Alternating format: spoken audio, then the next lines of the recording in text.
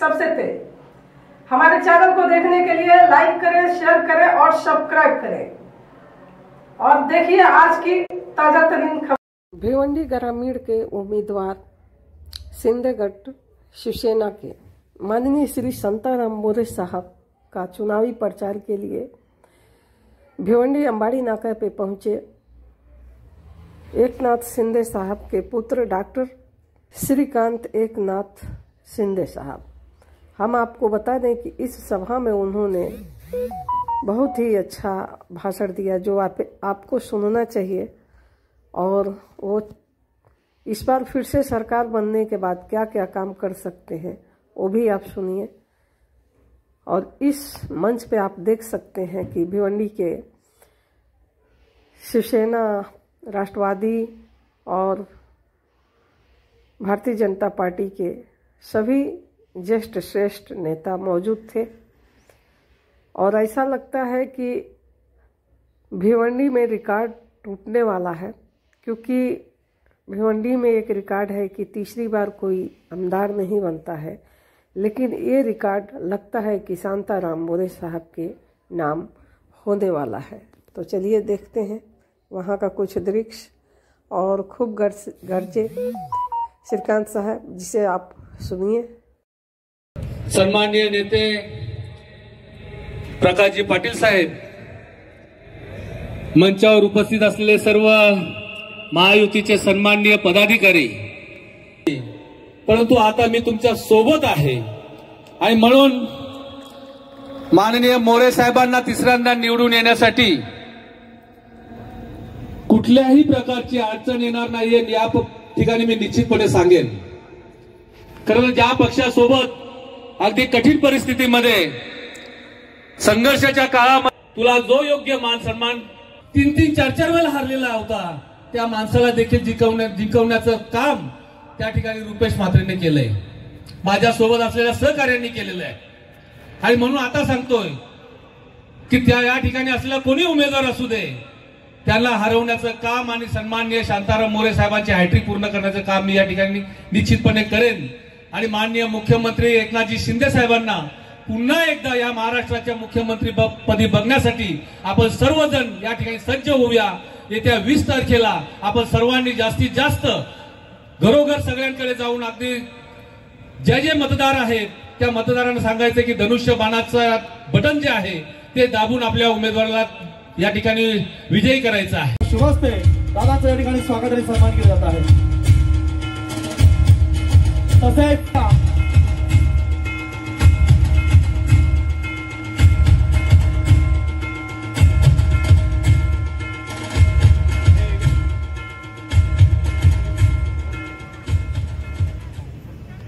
मतदारसंघामध्ये आम्ही वाचत होतो, पण आता हे पहिल्यांदाच नवीन आलंय विकासाचे वारे आणि शांताराम मोरे हे विकासाचे वारे पुन्हा एकदा तिसऱ्यांदा ह्या भिवंडी ग्रामीण विधानसभेमध्ये वाहण्यासाठी आपण सगळ्यांनी झंझावात निर्माण करण्याची आवश्यकता आहे। तो झंझावात आपण निर्माण कराल अशा प्रकारचा विश्वास या ठिकाणी मी व्यक्त करतो। खरं तर 2014 ते 2019 आपलं महायुतीचं सरकार आलं। राज्याचे मुख्यमंत्री आदरणीय प्रधानमंत्री नरेंद्र मोदी यांच्या आशीर्वादाने देवेंद्र फडणवीस साहेब झाले आणि या जिल्ह्याचे पालकमंत्री सन्माननीय एकनाथ शिंदे साहेब झाले। त्या 5 वर्षामध्ये खऱ्या अर्थाने ठाणे जिल्ह्याने विकास काय आहे ते जनतेला दाखवण्याचं काम केलं। मला आपण खासदार केलं, रुपेश म्हात्रे एकीकडे आमदार होते, एकीकडे महेश चौगुले आमदार होते, मिळाली। प्रकाश पाटील साहेब असे नवीन एक जबाबदारी शिवसेना नेता, तुमचं देखील खूप खूप अभिनंदन। आणि रुपेशजी म्हात्रे यांना देखील उपनेतापदी पक्षाने एक नवीन जबाबदारी दिली, तुमचं देखील खूप खूप अभिनंदन आणि दोघांना देखील खूप खूप शुभेच्छा देतो मी। आज या मतदारसंघामध्ये शांताराम मोरेजी गेले 2 टर्म इथे आमदार म्हणून काम करतायत. माननीय मुख्यमंत्री एकनाथजी शिंदे साहेबांच्या नेतृत्वाखाली शांताराम मोरेजी काम करत असताना विविध विकास कामे या मतदारसंघामध्ये आणण्यामध्ये यशस्वी झाले. आणि आपण सगळ्यांनी पाहिलंय की गेल्या 2-2.25 वर्षांमध्ये पंडित साहेब या महाराष्ट्रामध्ये इतके मोठे मोठे निर्णय घेतले गेले, मोठ्या प्रमाणामध्ये निधी आणला गेला, डेव्हलपमेंटची कामं या महाराष्ट्रामध्ये झाली. मला वाटत नाही की याच्या अगोदर इतक्या गतीने कधी निर्णय जे आहेत ते महाराष्ट्रामध्ये घेतले गेले, जे निर्णय माननीय मुख्यमंत्री एकनाथजी शिंदे साहेबांच्या नेतृत्वाखाली झाले. आणि प्रत्येकापर्यंत, तळागाळातील प्रत्येक व्यक्तीपर्यंत वेगवेगळे निर्णय कसे पोहोचतील त्याच्यासाठी माननीय मुख्यमंत्री महोदय, त्याचबरोबर दोन्ही उपमुख्यमंत्री महोदय हे दिवस रात्र एक करून काम करतात. असा एकही घटक आज महाराष्ट्रामध्ये उरला नाही की त्याच्यापर्यंत सरकार जे आहे ते पोचलं नाही आणि सरकारच्या योजना पोचल्या नाही. आज याच मतदारसंघाचं जर उदाहरण आपल्याला घ्यायचं आहे तर शांताराम मोरेजी यांनी गेल्या 2 टर्म मध्ये या मतदारसंघामध्ये अनेक लोकोपयोगी कामे केली. पण सर्वात महत्वाचं म्हणजे जे सगळेच ज्या रस्त्याबद्दल बोलतात, असा वाडा मनोर रोड त्याच्यासाठी 777 कोटी रुपये असतील. चिंचोटी अंजूर फाटा मानकोली रस्ता असेल 303 कोटी रुपये. भिवंडी तालुक्यातील एसटी डेपो ते अर्नाळा अंबाडी कल्याणशीळ असा रोड 303 कोटी रुपये. भिवंडी पारोळ 93 कोटी रुपये. कशेळी ते अंजूर 68 कोटी रुपये. वाडा भिवंडी रस्त्याचं मजबूतीकरण डांबरीकरण 25 कोटी रुपये. मला वाटतं याच्या अगोदर कधी या मतदारसंघाने हजारो कोटी रुपये एकत्र कधी पाहिले नव्हते. ते इतक्या मोठ्या प्रमाणामध्ये निधी या मतदारसंघामध्ये आणण्यामध्ये यशस्वी आपले आमदार जे आहे शांताराम मोरेजी झाले. मी त्यांना खूप खूप धन्यवाद व्यक्त करतो. आणि मला वाटतं जास्तीत जास्त निधी जो आहे हा गेल्या 2.25 वर्षांमध्ये आपल्याला मिळाला. कारण की हे सरकार जे आहे देणारं सरकार आहे. अगोदरचं सरकार फक्त मला काय मिळतं याच्यासाठी वाट बघत होते. पण जे लोकांसाठी जे जे देऊ शकतो ते माननीय मुख्यमंत्री एकनाथजी शिंदे साहेबांनी देण्याचं काम केलं. आपण त्यांची कार्यपद्धती पाहिलेली आहे की माननीय मुख्यमंत्री एकनाथजी शिंदे साहेबांनी कशा प्रकारे गेल्या 2.25 वर्षांमध्ये दिवस रात्र एक करून या महाराष्ट्रातील कानाकोपऱ्यामध्ये वाड्या वस्ती तिथपर्यंत जो आहे हा विकास फक्त नावाला नाही तर खऱ्या अर्थाने जो आहे पोहोचवण्याचं काम केलं. विविध रस्ते जे आहे रस्त्यांना निधी देण्याचं काम केलं. हॉस्पिटल्स असतील, मेडिकल कॉलेज असतील त्याला मंजुरी असेल. आदिवासी भागामध्ये आदिवासी समाजासाठी विविध योजना असतील, या सगळ्या योजना आणण्याचं काम आपण या महाराष्ट्रामध्ये केलं. आज या भागामध्ये शेतकरी देखील मोठ्या प्रमाणामध्ये राहतात आणि शेती करतात. शेतकऱ्यांना पहिल्यांदा पीक विमा जो आहे फक्त 1 रुपयामध्ये देण्याचं काम, हा ऐतिहासिक निर्णय देखील हा आपल्या महाराष्ट्र सरकारने घेतला. अगोदर जेव्हा 2000 रुपये द्यावे लागत होते तेव्हा लोकांना जो आहे तो 2000 रुपयाचा भुर्दंड पडत होता. आता तेच 2000 रुपयामध्ये मधून फक्त 1 रुपया जो आहे तो शेतकऱ्याला भरावा लागतो आणि 1999 रुपये जे आहे ते सरकार शेतकऱ्याचं भरते. हा फरक जो आहे तो अगोदरच्या सरकारमध्ये आणि आताच्या सरकारमध्ये. अगोदर जे आपल्याला 6000 रुपये केंद्राकडून मिळत होते त्याच्यात अजून 6000 रुपये देण्याचं काम आपल्या सरकारने केलं. म्हणजे 12000 रुपये जे आहे हे शेतकऱ्यांना देण्याचं काम आपण करतो. प्रधानमंत्री किसान सन्मान योजना असेल, त्याचबरोबर कृषी पंप नवीन आपण एक योजना आणली जेणेकरून शेतकऱ्यांना ज्यांच्याकडे 7.5 HP चा कृषी पंप आहे त्यांना 0 बिल. याच्या अगोदर कधी झालं होतं का? 0 बिल कधी आला होता तुम्हाला? पहिल्यांदा जो आहे हा शेतकऱ्यांना 0 बिल देण्याचं काम देखील या आपल्या सरकारने केलं. आज या ठिकाणी आदिवासी बहुल भाग आहे, मोठ्या संख्येमध्ये इथे आदिवासी समाज राहतो. भगवान बिरसा मुंडा जोड रस्ते योजना त्याच्यासाठी 5000 कोटीच्या योजना जी आहे आपल्या या महाराष्ट्राने केली. शबरी आदिवासी घरकुल योजना 2 वर्षात 2,71,000 घरं बांधण्याचा उद्दिष्ट आणि 50,000 घरं जी आहे ती बांधून झाली. हे प्रत्येक घटकापर्यंत पोहोचणारं आपलं सरकार आहे, प्रत्येक समाजाला न्याय देणारं हे सरकार आहे. आणि मला वाटतं पंडित साहेब पहिल्यांदा असं झालं असेल की वेगवेगळ्या समाजासाठी सगळी महामंडळं, असा एकही समाज उरला नसेल आता की त्याच्यासाठी महामंडळ जे आहे या महाराष्ट्र सरकारने आणि माननीय मुख्यमंत्री महोदयांनी बनवलं नसेल ते. कारण की सगळ्या समाजाला न्याय देण्याचा हेतू जो आहे गेल्या 2.25 वर्षांमध्ये या सरकारचा राहील.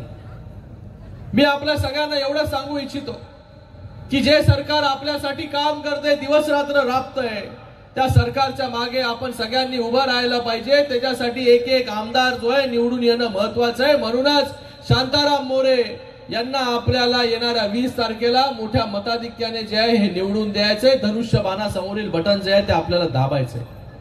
कारण की आपल्याला जो विकास पाहिजे तो आपण विकास गेल्या 2.25 वर्षांमध्ये पाहतोय. कधी इतका निधी जो आहे कुठल्याच आमदाराला मिळाला नव्हता. आज जर आपण महाराष्ट्राच्या कानाकोपऱ्यामध्ये गेलात आणि प्रत्येक आमदाराला विचारलं, नगरसेवकाला विचारलं, महापौरला विचारलं, तर सगळे लोक बोलतील आमच्या मतदारसंघामध्ये हजारो कोटी रुपये जो आहे हा निधी आम्हाला सरकारच्या माध्यमाने मिळाला. अगोदरच्या मुख्यमंत्र्यांकडे पेनच नव्हता सही करायला, ते पेन ठेवायचेच नाही. पण आताचे मुख्यमंत्री जिथे जातील तिकडे जे आहे ह्या लेटरवरती सही करण्याचा विक्रम जो आहे तो देखील आपल्या मुख्यमंत्री महोदयांनी केला. अगोदर कोविड काळामध्ये जेव्हा सगळ्यात जास्त लोकांना मुख्यमंत्री सहायता निधीची आवश्यकता होती तेव्हा फक्त 2.5 वर्षामध्ये 2.5 कोटी रुपये देण्याचा विक्रम केला. आणि आपल्या सरकारने गेल्या 2.25 वर्षांमध्ये माननीय मुख्यमंत्री महोदयांनी फक्त 2.25 वर्षामध्ये 350 कोटी रुपये जे आहे मुख्यमंत्री सहायता निधी दिला. हे सगळं जे आहे असंच बोलत नाही आम्ही की सर्वसामान्यांचं सरकार आहे. हे सर्वसामान्यांपर्यंत जाणारं सरकार आहे. सर्वसामान्यांचं दुःख जे आहे हे दूर करणारं सरकार आहे. म्हणून जे आहे आम्ही सर्वसामान्यांचं सरकार बोलतो, सर्वसामान्यांचे मुख्यमंत्री आपण बोलतो. का? कारण की आपल्यामधूनच आलेले मुख्यमंत्री आहेत. आपल्यामधूनच जे आहे इतक्या वरच्या पदापर्यंत पोहोचलेले मुख्यमंत्री आहेत. आपल्यासारखी गरिबी जी आहे या माननीय मुख्यमंत्री मोदयांनी पाहिलेली आहे.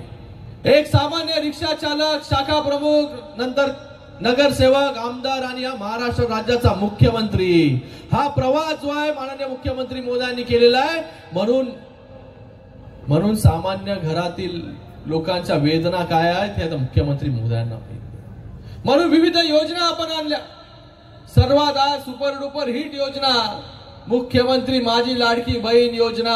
त्या योजनेतून लोकांना 1500 रुपये जे आहे ते आपल्या भगिनींना जे आहे दर महिना देण्याचं काम करतो.